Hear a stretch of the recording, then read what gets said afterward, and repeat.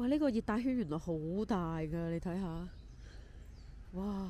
想像唔到啊！媽咪，去準備好未啊？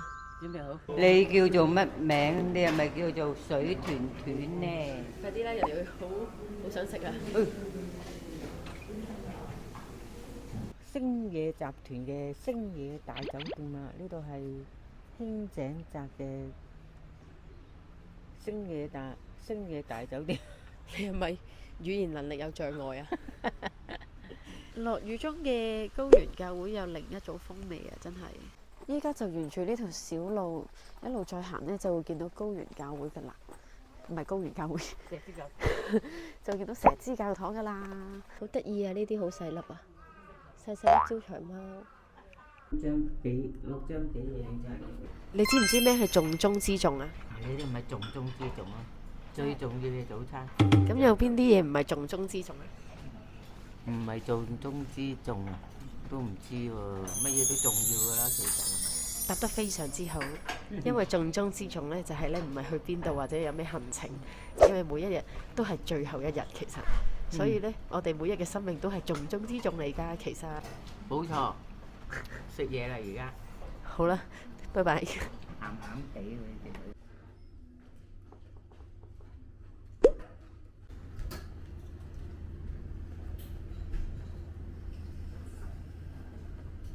我哋食埋呢塊月輕餅就要去動物園睇嘢啦。睇咩啊？睇動物咯。咩動物啊？嗰啲肥嘟嘟嗰啲咩鼠話肥鼠啊，豚鼠好肥嘅嗰啲，好核突㗎佢個樣。好得意我覺得。係咩？翻去睇下先。水水豚。豚啊！係啊。有冇見過水豚啊？冇啊冇啊。第一次係咪啊？係啊。咁又試下人生嘅另一個第一次咯喎。好啊。好啦，食埋個餅餅就行啦。我都唔記得講咩啊？快啲！係啊，我哋嚟咗4日啫嘛，都唔係好多啫。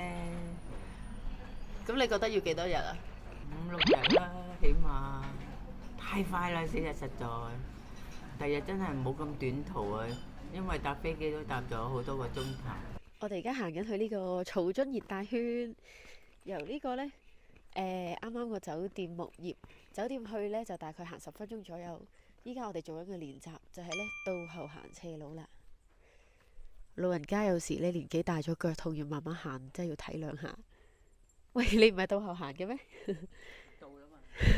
小心唔好跌親啊！等我睇住你。唉，有時時間真係過得好快，諗諗下，哇！原來阿媽已經60幾歲嘅，不過都正常啊。我都由細細粒變到咁大粒啦，有時真係好驚啊！就唔知呢啲日子仲有幾耐。不過學老豆話齋都諗唔到噶啦，即係日日都係要平常心咁樣過啦，係咪？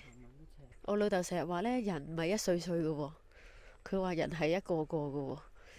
跟住呢，我就覺得呢，我成日都會擔心啊，未來會發生咩事呢？到底？但係其實一嚟都諗唔到啦，二嚟我就會覺得啊，如果有啲嘢失去咗或者過去，咁就好似會有種好可惜嘅感覺咯。我覺得好似每一次有好嘅事呢，我都會覺得啊，始終都會過嘅，就有啲唔捨得啦。但其實明明件事都仲未過嘅喎，即係就會喺度諗緊，到底之後會點樣呢？其實真係有陣時覺得好苦惱噶。不過其實諗諗下都唔需要特別執着於第日會點啊，或者我會喺度諗緊，唔知下次仲有冇機會同媽咪嚟呢個東京或者嚟呢個草津呢？即係我會覺得啊，今次係最後一次啦咁樣。即係雖然冇人知啦，但係種患得患失嘅感覺會令到自己好辛苦。其實好似成日都有啲好焦慮嘅感覺咁樣咯。但係其實唔應該講話，就算之後有冇機會都好，或者就算唔喺草津呢，可能喺屋企樓下或者喺第二度呢，都係好值得珍惜。因為根本就係每一刻都係最後一刻，其實冇話喺邊一度先係好珍貴嘅回憶。你只要享受每一下，其實就係已經捉緊每一個當下咯。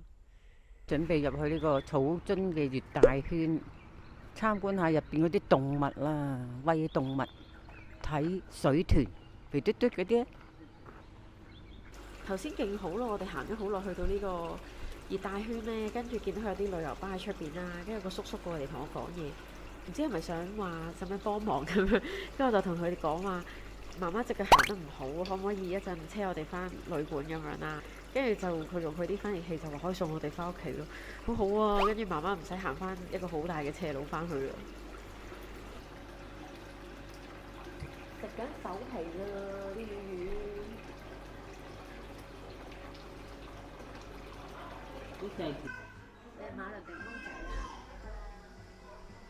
哇！呢個熱帶圈原來好大㗎，你睇下。哇！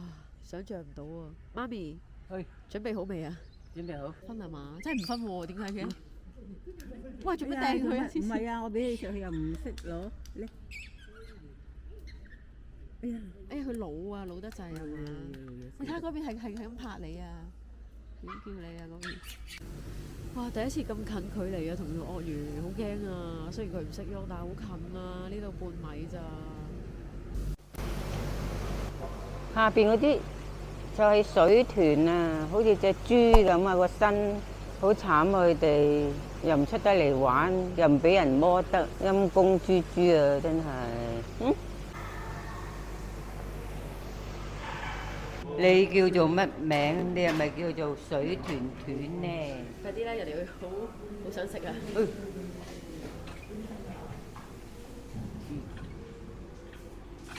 喂，哎呀，唔准打交㗎！你叫乜名？第二隻有你啦，水豚兒，拜拜啦，唔食啦，第二。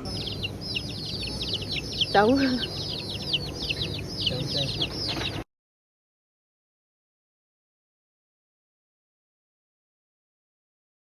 我哋又嚟到星野集團嘅星野大酒店啦，輕井澤嘅星野大酒店。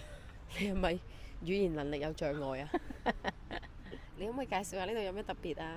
有間教堂啦，有間好出名嘅咖啡屋啦，同埋有咩咧？蜻蜓溫泉係啦，蜻蜓係綠色嘅，溫泉睇啲相。不過今日就應該唔去啦，因為時間有限。哇！呢個景象上網睇過幾次啊，終於到啦。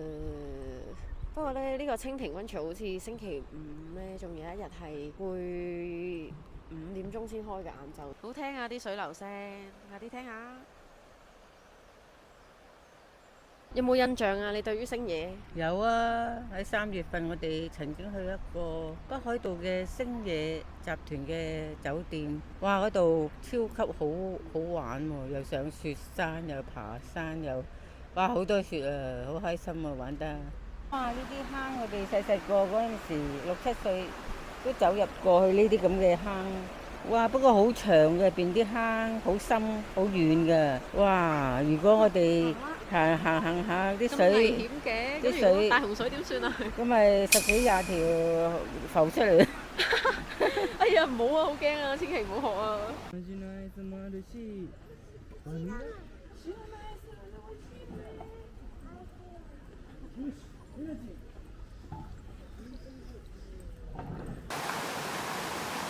係有一間食蕎麥麵好出名嘅鋪頭，村上庵啊！入到嚟俾咗2杯水我哋，2杯茶我哋，落咗單，跟住等咗好耐，20幾30分鐘就嚟。呢個係傳說中村上庵嘅蕎麥麵餐，等咗好耐啊，20幾分鐘。不過佢可能係即刻炸，所以咁耐啦。杏仁豆腐好似好吸引咁，但係佢有奇異果喺上邊，我唔敢食啊！唔知一陣會唔會食呢？我對奇異果敏感啊！把刀切完奇異果呢，再切其他嘢我都會舐嘢嘅。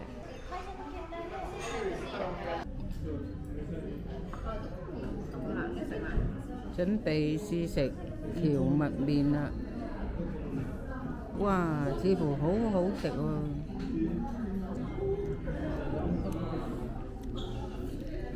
好唔好食？好食。等咗20分鐘抵唔抵？嗱，呢首選嗰個。去到遠山咖啡，跟住嗌咗一杯泡沫咖啡嚟飲，好唔好飲啊？你覺得？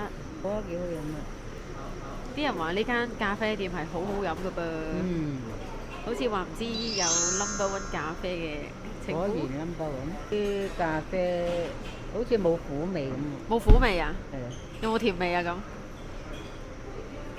冇啊，要自己落糖嘅。哦，你冇落糖啊，因為係啊，好啦，哇！柳暗花明又一村又一城，終於都入到呢個高原教會啦。頭先佢好彩係暫時休息咋，嚇得我啊！哇，以為真係今日好多阻滯啊，咁咪又落雨又成咁樣。落雨中嘅高原教堂有另一番風味啊！終於到咗高原教堂啦。佢行禮嗰個部分冇開放啊，今日咁我哋就去睇咗佢一個可能佢哋平時會議嘅位置。呢度呢，放咗好多呢之前人哋結婚嗰啲相，唔知點解有種幸福嘅感覺。係我啱啱識嘅新朋友啊！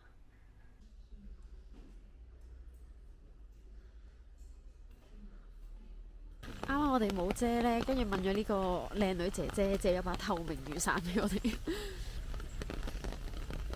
哇！Thank you，Thank you。Thank you。哦，原來係帶我哋出去啊！石獅教堂咯。係啦，距離高原教堂呢度只係3-4分鐘嘅路程。你只要呢出咗去之後呢，過對面個停車場直行少少就到啦。噔噔，就係呢個遠距離嘅教堂啦，咪好靚啊！呢個石獅教堂好似個墳墓咁啊，真係一級一級大墳墓。結婚嘅墳墓，戀愛嘅係戀愛嘅墳墓。你結過婚喎係咪㗎？睇你點睇咯。咁你點睇啊？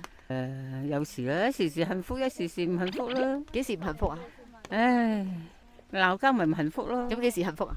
唔鬧交咪幸福啦，俾錢我咪好幸福。咁如果唔鬧交，然之後好錫你，但係冇錢得唔得呢？好，經歷完一場腥風血雨之後，依家終於嚟到呢個王子歐力啦。輕井澤嘅天空比東京嘅天空好似咧更加靚。牛魚仔，嚟，呢隻牛係我嘅生肖嚟噶。哎呀，咁啊俾你哋知道我幾多歐。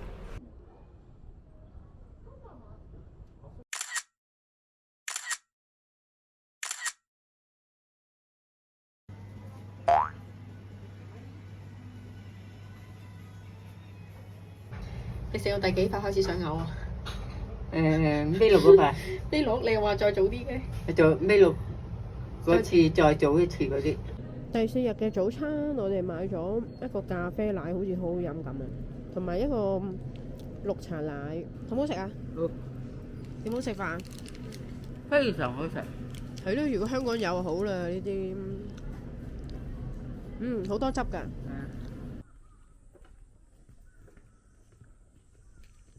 哋已經嚟到浩德寺啦，山長水遠。見到啲貓貓未啊？未喎，見唔到會點啊？如果有隻貓。好失望。原來浩德寺咧唔係淨係得貓貓㗎噃，佢咧好大個入邊呢啲建築物體嘅，仲有哇啲樹好靚啊！夏天真係，哇好靚啊啲樹，連呢個地主公都係貓貓嚟㗎，係咪地主公呢？呢個定係觀音嚟嘅呢？哇！真係好震撼啊！好似話呢啲係呢啲人許嘅願望啦，一隻招財貓代表一個願望。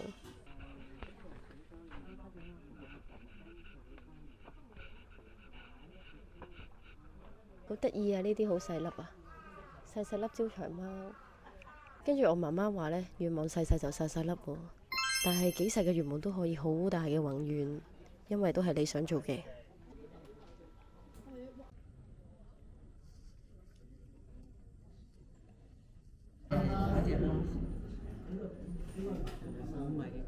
我哋啱啱買一隻招財貓啊，諗住咧擺喺嗰度許個靚願，到時翻返嚟咧睇下仲喺唔喺度先。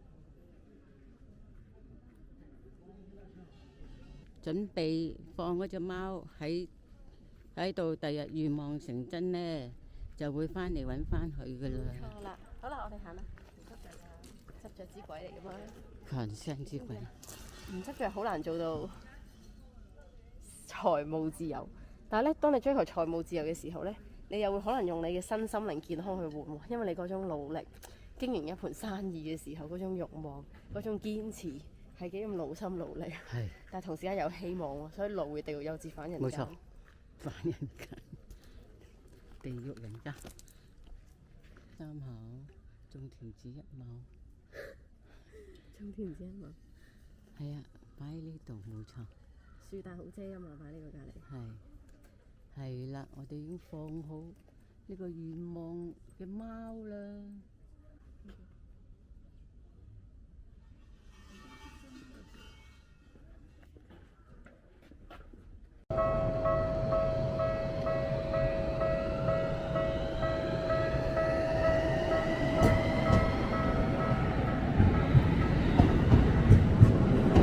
三文魚子啊，三文魚子，我只有想同你講一聲，我真係好中意你啊！其實我為你準備咗一個獨立嘅過室，都係想你生活得好啲。